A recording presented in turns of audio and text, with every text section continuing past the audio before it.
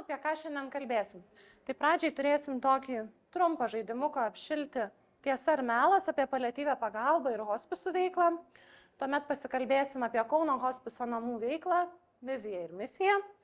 Aptarsime psichologinės gerovės sampratą, Kauno hospiso namų bendruomenės narių psichologinės gerovės poreikius. Tada pasikalbėsime apie būdus, kaip rūpinti savo psichologinę gerovę ir liks laiko šiek tiek jūsų klausimams. Tai kaip ir minėjau, pradedam nuo tokio trumpo žaidimuko, kokiu principu viskas vyks. Bus 5 teiginiai, į kuriuos paprašysiu jūsų atsakyti taip, kaip manot. Jeigu manot, kad teiginys yra tiesa, paprašysiu iškelti liuksą, nykštį, o jeigu manot, kad tai yra melas, su rankomis parodyti kryžiuką. Iškart pasakau, kad atsakymų kol kas neišgirsit, atsakymai bus pasakyti eigoje, kai pristatysiu Kauno hospiso namų veiklą. Ar galim pradėti? Pirmasis teiginys. Hospisas tai įstaiga, kurioje pagalba teikiama senyvo amžiaus žmonėms. Gerai. Antrasis teiginys. Paliatyvi pagalba susideda iš medicininių, psichologinių, socialinių ir dvasinių paslaugų. Šaunu. Toliau. Paliatyvi pagalba teikiama tik pacientui, pagalbos neteikiant jo šeimai.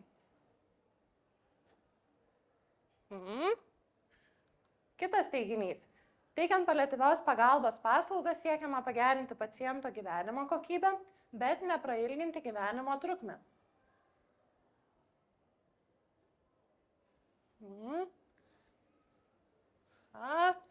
Ir paskutinysis teiginys. Paliatyvi pagalba teikiama tik ligoninėje. Džiaugiuosi matydama toks iksiukus. Taip, tai kaip ir minėjau, šiek tiek pasikalbėsime apie tai, kas yra hospisas. Iš esmės esame medicininė įstaiga, turinti licenciją ir jau 9 metus teikianti nemokamas paliatyvios pagalbos paslaugas, nebepagydoma ligas sergantiems pacientams bei jų artimiesiems. Iš tikrųjų, esame ta pagalba čia ir dabar. Labai daug pacientų yra nebepagydomų, išleistų į namus, iš ligoninių, tiesiog numirti. Tai yra vaikai, jaunuoliai, suaugę žmonės, vyresnio garbaus amžiaus žmonės. Tai šitoje vietoje vėlgi jie yra be pagalbos, dažnu atveju be to žmogaus, į kurį galėtų kreiptis, be skausmo malšinimo priemonių. Tai yra didelis trūkumas ne tik tų fizinių resursų, bet ir psichologinių. Ir iš tikrųjų, ką mes turime, ko labai didžiuojasi mūsų įstaigoje, tai mes turime tą tikėjimą, kad išėjimas irgi yra gyvenimas ir kiekviena minutė čia yra mums pati brangiausia. Tai Kauno hospiso namų unikalumas ir yra tas, kad tai yra kokybiškas ir orus, nebepagydomo žmogaus gyvenimas namuose, norų pildymas, aktyvumas iki paskutinės akimirkos, bei ramybė ir komfortas. Kalbant apie mūsų bendruomenę, tai įstaigoje dirba 14 darbuotojų, teikiame socialinės, medicininės, psichologinės, dvasinės, teisinės paslaugas, kiekvienam pacientui individualiai, kiekvienam pagal jo ligą, pagal socialinę aplinką, pagal jo poreikius. Ką mes dar turime ir ko labai didžiuojamės, kas yra mūsų ramstis, tai yra savanoriai.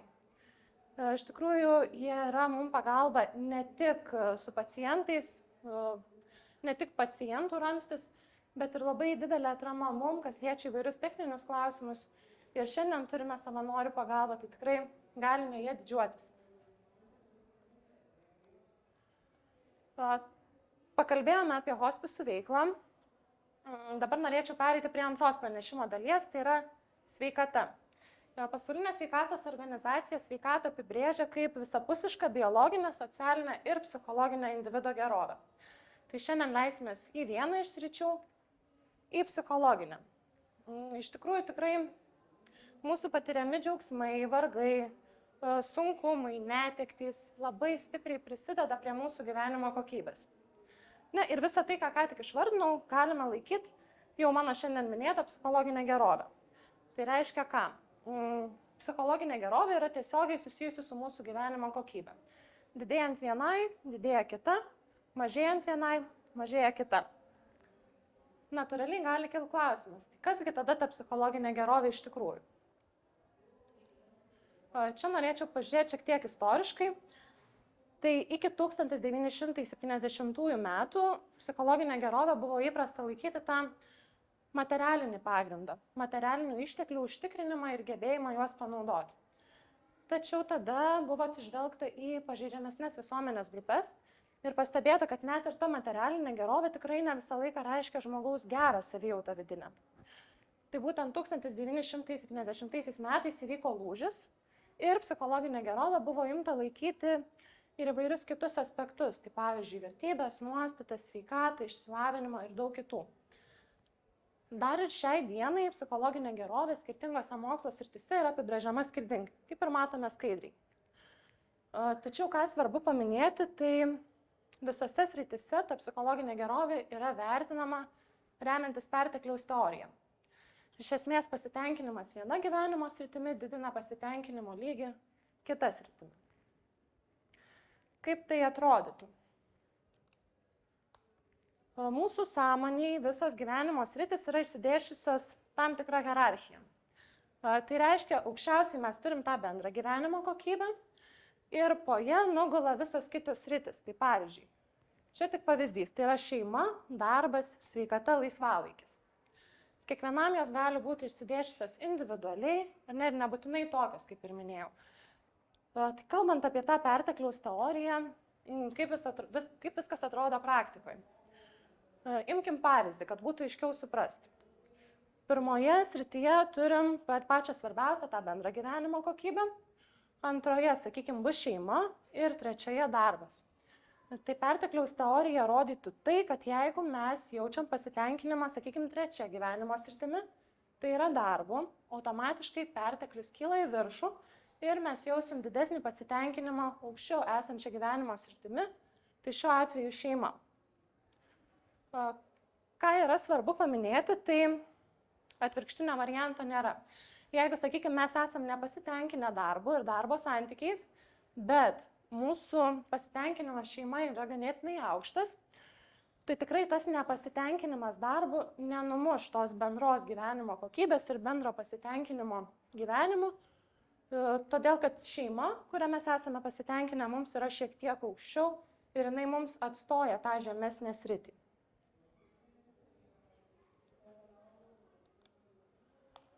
Tai galime tada sutarti bendrai, kad psichologinė gerovė, iš esmės turėsim tokį ganėtinai sunkų ir ilgą apibrėžimą, bet jie laikysime individualų sugebėjimą bendrauti, išbūti su savimi, su grupe ir su visa aplinka, optimalų vystymasi, psichikos galimybių, tai yra mūsų pažintinių funkcijų, atminties, dėmesio ir kitų emocijų ir bendravimo naudojimą, siekimą ir saugojimą individualių ir visuomeniškų tikslų, atitinkančių teisingumą ir žmonių lygybę.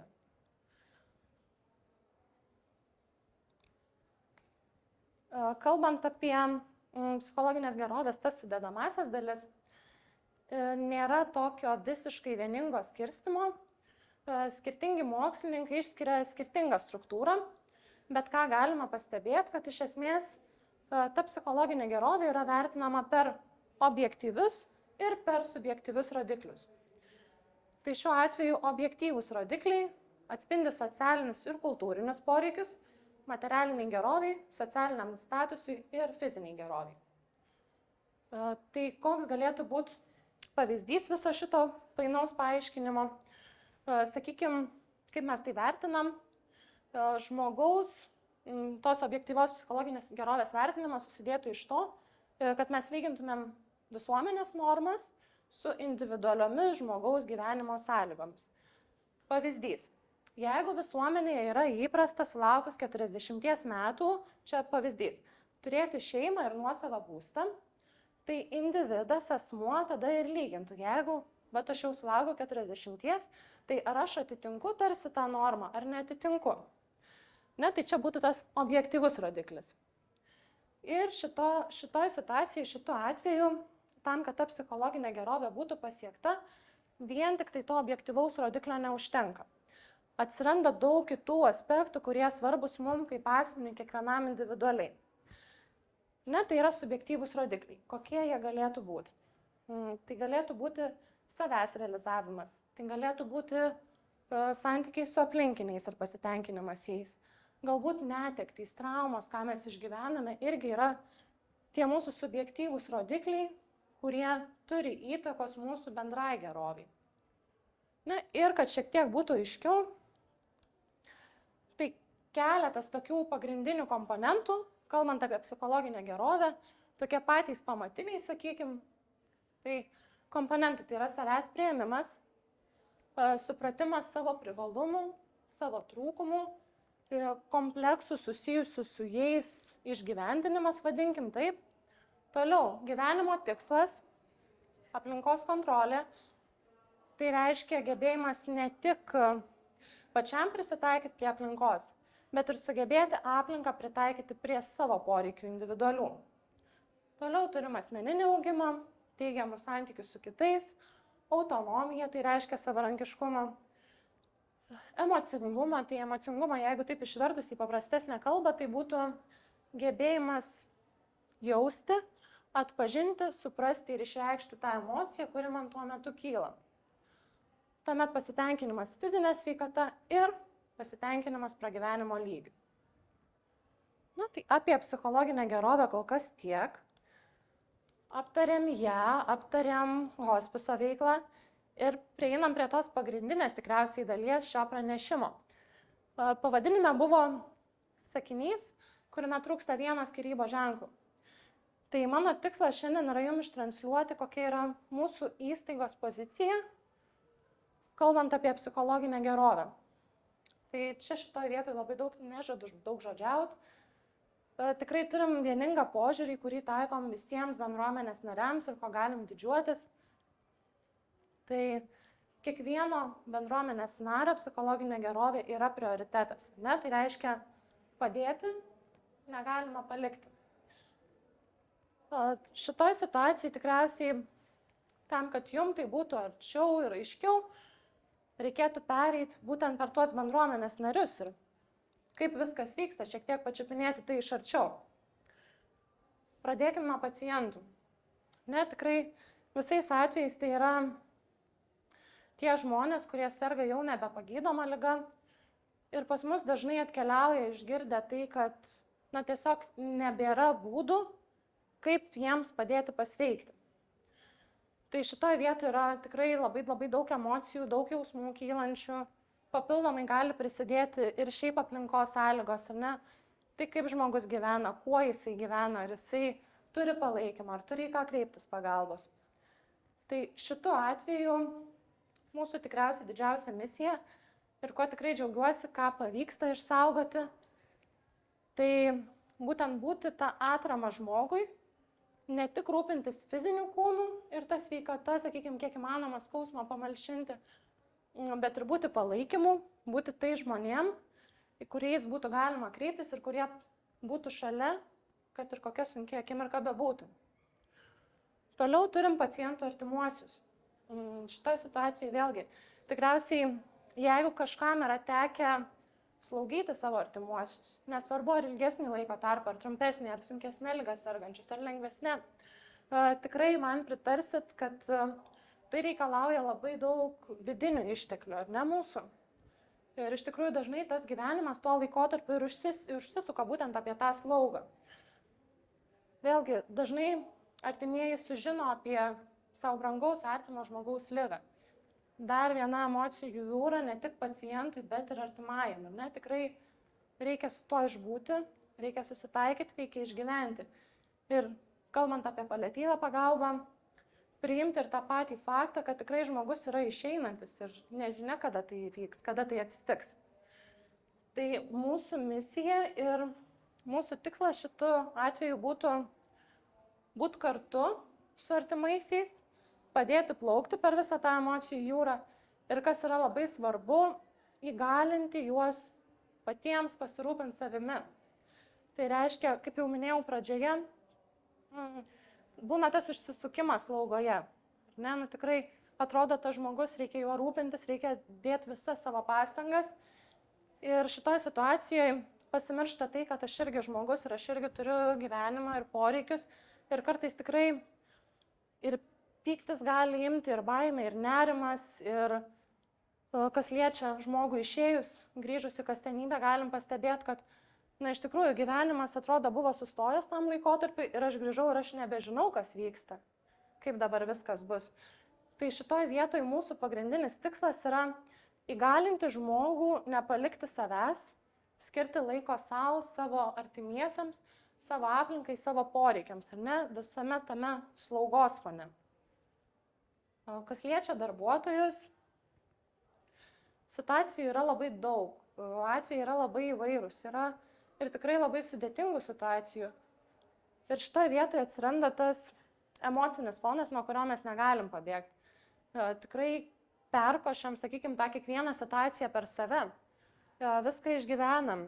Ir šitoje situacijoje, kuo tikrai labai noriu pasidžiaugti, ką mes turim savo įstaigoje, tai būtent tą dalyką, kad tikrai galim kreiptis vieni į kitus. Jeigu jaučiam, kad kažkas viduje kyla, kad norisi pagalbos, palaikymo, galbūt tiesiog pasidalinti ar pasikalbėti, tai turim tam saugią erdvę, kur tikrai galim dalintis ir sulaukti to palaikymo. Na ir mūsų, kaip ir minėjau, atrama, savanoriai. Tai iš tikrųjų savanoriai irgi susiduria su visomis tomis situacijomis kaip ir darbuotojai. Tik tai koks yra tas esminis skirtumas, kad savanoriai ateina pas pacientus ne su konkrečiu tikslu, sakykime, medicininiu ar socialiniu, jie ateina ir tame tiesiog išbūna, padeda pacientams. Tai vėlgi, emociškai tai gali būti labai sudėtinga. Tai šitoj situacijai turim savanorių dalinimosi grupeles, turim savanorių psichologiją, kuri taip pat dirba su jais, jeigu yra tam poreikis. Tai nepaliekam ir šitoj situacijai, kad ir koks tas sunkumas bebūtų. Ir ką labai norėčiau paminėti ir kuom pasidžiaugti, tai turim tokius pačius tyriausius, tikriausiai pačius gražiausius mainus, tai būtent tarp pacientų ir savanorių. Nes iš tikrųjų, kaip ir minėjau, personalas, jisai dažnai ateina su tikslu kažkokiu taip, ar ne pas pacientus. Tuo tarpu savanoriai, jie pasirodo, jie būna taip, kaip reikia tai akimirkai pacientui, jie atliepia į tuos pacientų poreikius, į kuriuos galbūt medicininis personalas ne visada gali atliepti. Ne, ir sakykime, tai yra tiesiog knygos paskaitimas, galbūt paprastas pokalbis, o gal išėjimas pasivaikščioti, ne? Tai savanoriai tą tyrą bendravimą užpildo pacientam, o pacientai savo ruožtu užpildo savanorių tą savirealizaciją, sakykime, poreikį. Ir daug pakalbėjau apie mūsų įstaigos tokią virtuvę, kas liečia psichologinę gerovę. Dabar norėčiau šiek tiek nusileisti arčiau žemės iš padebesų, arčiau mūsų kiekvieno ir aptart tokius pagrindinius būdus, kaip galėtumėm rūpintis kiekvienas iš mūsų savo psichologinę gerovę.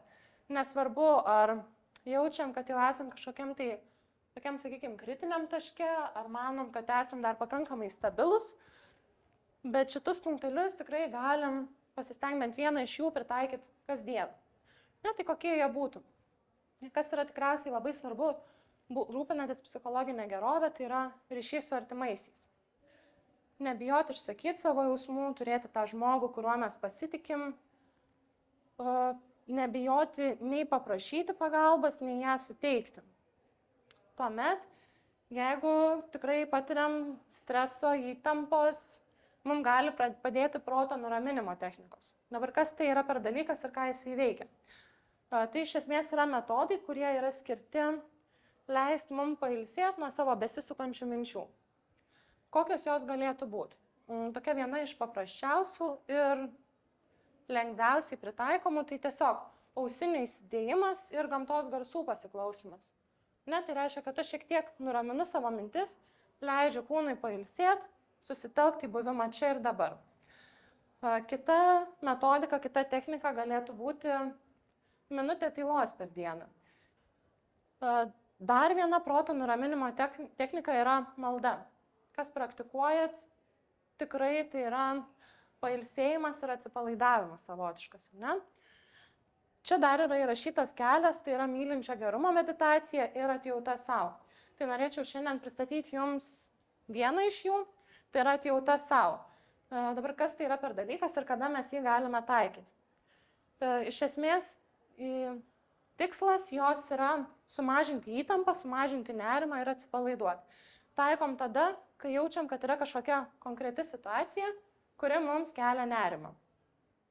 Kaip viskas atrodo, kaip viskas veikia. Taip, reikėtų atsisėsti, užsimerkti ir įsivaizduoti savo saugią erdvę. Kiekvienam tai gali būti individuali. Kas vyksta tuomet? Pasistengiam vėl atjungti mintis, pereinam prie kūno. Pagalvokim, galbūt aš jaučiu sunkumą kojose tuo metu, galbūt aš jaučiu sunkumą rankose, o galbūt aš, nežinau, kažkokį skausmą pilve jaučiu ar dar ką. Kaip dar susitelkti kūną, tai remiantis pojūčiais. Tai yra lytėjimas, klausa, rega, uoslė. Įsivaizduokim, galbūt toje mums saugioje erdvėje, nežinau, sakykim, tai yra miškas, galbūt aš girdžiu medžių šnarėjimą, medžių lapų, galbūt aš užuodžiu spygliuočių kvapą.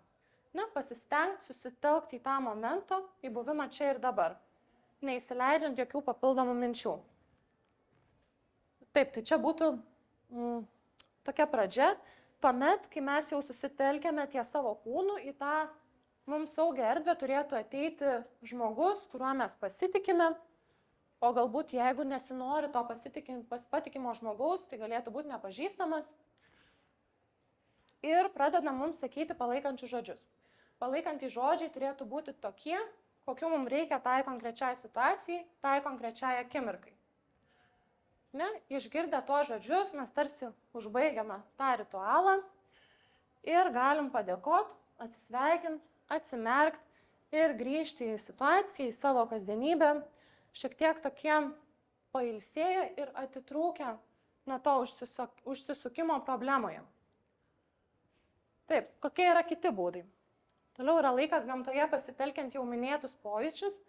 Tai tikrai labai raginu išbandyti bent kartą išeiti pasivaikščioti ir tiesiog pasistengti prisiliesti prie skirtingų paviršių, ar tai būtų medžio žievė, ar tai būtų smėlis. Tiesiog įsidėmėti, įsisąmoninti, kokia tai yra tekstūra. Pasistengti užuosti skirtingus kvapus. Sutelkti dėmesį į skirtingus objektus bežiūrint, ar ne? Tai šitas metodas taip pat padeda šiek tiek nuraminti mintis ir pasižiūrėti, kas vyksta aplink mane. Būti čia ir dabar. Toliau turim meninius užsiėmimus, hobius įvairius, vėlgi kiekvienam skirtingai, kiekvienam pagal poreikius. Tada turim, kalbant apie fizinį kūną, turim kokybišką miegą, kurio yra tokie 3 pagrindiniai principai. Tai yra pirmasis - atsigulti ir atsikelti turim tuo pačiu metu. Kodėl tai yra reikalinga? Jeigu mes gulame ir keliamės tuo pačiu metu, mūsų organizmas tarsi pripranta prie to paties režimo, prie to paties ritmo ir automatiškai eina į tą poilsio būseną. Antroji tokia taisyklė yra, turėtume miegoti nuo 7 iki 8 valandų. Tai yra reikalinga tam, kad mūsų organizmas tikrai spėtų atsinaujinti ir kad spėtumėm atgauti resursus. Ir trečioji taisyklė to kokybiško miego yra miegoti visiškoje tamsoje, kadangi būtent tamsoje miego metu išsiskiria melatoninas. Tai yra miego hormonas, kuris pagerina miego kokybę. Toliau turim taisyklingą mitybą, kiekvienam sava, kiekvienam individuali, svarbu, kad būtų pilna vitaminų, mineralų ir mikroelementų. Ir tinkama fizinė veikla. Vėlgi nebūtinai aktyvi, galbūt jeigu mes jaučiamės neturintis energijos, galbūt mums tiesiog užtektų prasiražyti, prasimankštinti, prasimasažuoti raumenis, išeiti pasivaikščioti, arba galbūt, jeigu turim galimybę, išeiti paplaukioti. Pakalbėjau apie tokius bendrus būdus, dabar pakalbėsiu apie tokią, sakykime, pirmąją pagalbą įvykus situacijai.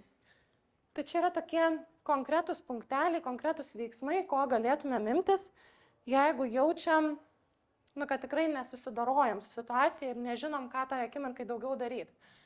Tai netekties ir traumos atveju, kad ir kaip būtų sudėtinga, tikrai reikia pasistengti atrasti tame prasme, tame visame įvykyje Ir svarbu yra nesiizoliuoti, tai reiškia palaikyti ryšius su patikimais žmonėmis, kalbėtis apie situaciją, jeigu reikia išsipasakoti.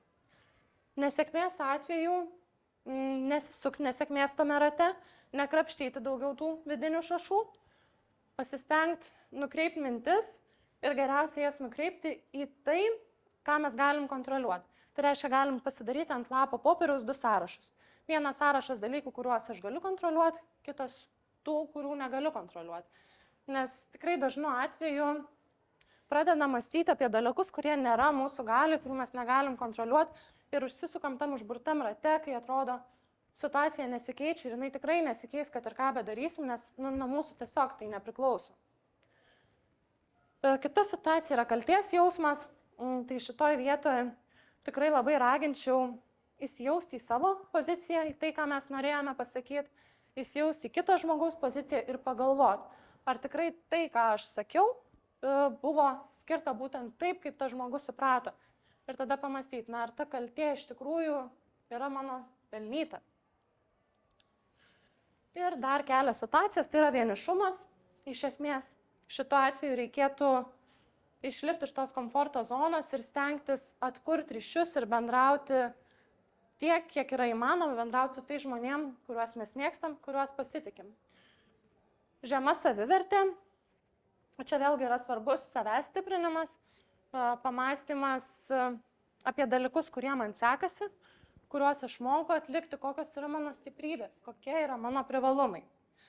Ir savigrauža, tai čia tokia momentinė dažniau būsena. Tai šituo atveju svarbu iškart kreipti mintis į kažkokią kitą veiklą, kur tikrai mūsų protas bus užsiėmęs ir mes neleisime savo suktis toje savigraužoje.